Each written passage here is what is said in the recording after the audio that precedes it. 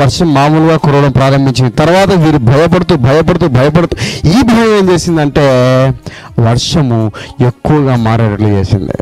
భయపడుతున్నారు, అది పట్టుకున్నారు, అంతా ఊగిపోతూ ఉంది, భయంకరమైన గాలి వచ్చేసింది. వీరు అర్థం కాలేదు వీరికి. ఇంకా పేతురు ఏం చేస్తాడో తెలుసా?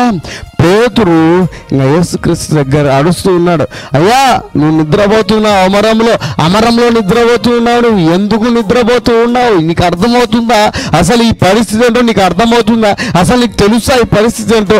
ఎప్పుడన్నా ఈ పరిస్థితి గుండా వెళ్ళావా? నీకు అసలు ఇంత సిచ్యువేషన్లో ఇంత సమస్యలో నీకు ఎలా నిద్ర వస్తుంది? మేము నశించిపోతున్నాం, నీకు చింత లేదా అంటున్నాడు. ఎవరండి? పేతురు అద్భుతాలు చూసిన పేతురే, యేసుక్రీస్తు వెంబడి నడిచిన పేతురు ఏం చేస్తున్నాడు? నిందిస్తున్నాడు దేవుణ్ణి. భయం ఏం చేస్తుంది తెలుసా? దేవుని నిందించేటట్లు చేస్తుంది, ప్రశ్నించేటట్లు చేస్తుంది. పేతురు ప్రశ్నిస్తూ ఉన్నాడు, నీకు చింత లేదా మేము నశించిపోతూ ఉంటాయని. పేతురు మర్చిపోయాడు యేసుక్రీస్తు ఎవరో. దీన్ని బట్టి భయాన్ని బట్టి పేతురు మర్చిపోయాడు యేసుక్రీస్తు ఎవరో, ఆయన ఏమి చేయగలడో, ఆయన చేసే కార్యాలు ఏమిటో మర్చిపోయాడని. చూడండి, నిజంగా ఆ పేతురు కలిగిన భయము వలన ఆయన యేసుక్రీస్తునే ప్రశ్నించే స్థాయికి వెళ్ళిపోయాడు, దిగజారిపోయాడు ఆయన. వాస్తవం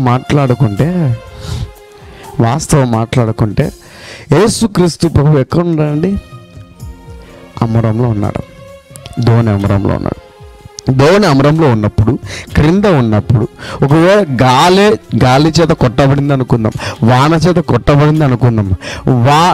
గాలి వాన కొట్టబడినప్పుడు ఆ నీరంతా ఎక్కడికి చేరుతుందండి?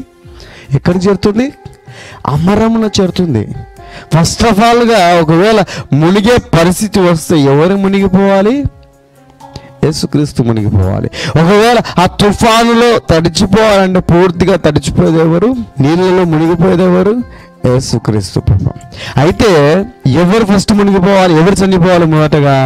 దీని ప్రకారంగా చూసినట్లయితే ధోని ఇట్లా మునుగుతూ ఉంటే క్రింద ఉన్నవారు మునిగిపోతారు, అవును కదండి? కానీ ఇక్కడ ఏం చెప్తున్నాడు? మేము నశించిపోతూ ఉన్నాం, ఆయన సుఖంగా ఉన్నాడా? ఆయన కూడా తుఫానుగా ఉందిరా. పోయే పరిస్థితులు దేవునికి ఏం తెలుసు? దేవుడు ఇటు పరిస్థితుల్లో వెళ్ళడు అబ్బా అని కొంతమంది అంటూ ఉంటారు. కానీ అది తప్పండి. దేవుడు మనకు వచ్చే ప్రతి పరిస్థితిని ఎదుర్కొని ఆయన మార్గం మనకు చూపించిన దేవుడు ఆయన. ఆమేన్, హల్లెలూయా. అలాగ మార్గం చూపించిన దేవునికి మనం మార్గం ఏంటి అని ప్రశ్నించే స్థాయికి వెళ్ళిపోతూ ఉన్నాం. ఎందుచేత తెలుసా? భయము చేత.